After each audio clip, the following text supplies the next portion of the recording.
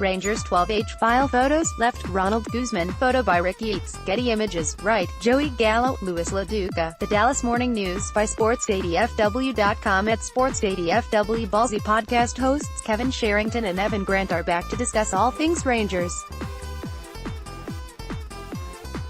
Here are some highlights. Don't miss an episode.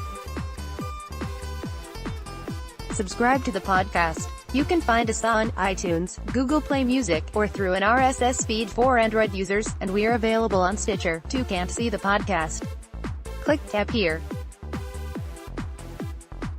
Finding ways to use this group of young Rangers. Grant, 27-22, who is this team's backup center fielder? Sherrington, who is this team's backup third baseman? Grant, profar, Sherrington, yeah, he's not a third baseman, either.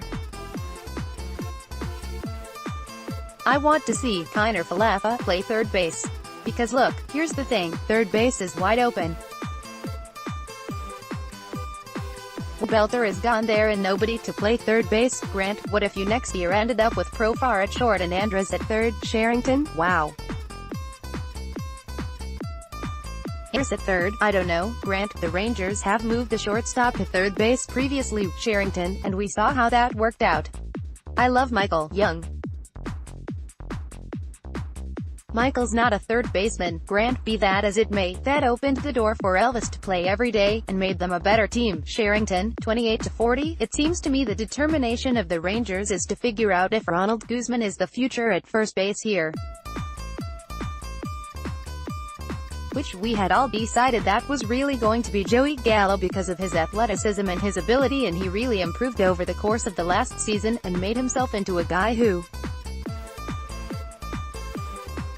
looks like he could potentially be a Gold Glove first baseman. Could Jurickson Profar play his way into becoming Dodgers' replacement for Corey Seager? So, they bring up Guzman, and he looks terrific at first base. No question about that. He's still not hitting, at least not the way they want him to hit. He does not look like the kind of guy. I don't know what his ceiling is. Is he Mitch Moreland? Is that his ceiling? Grant doesn't have Moreland's power abilities. Sherrington, not right now, he doesn't. He might make more contact. And Mitch was very good.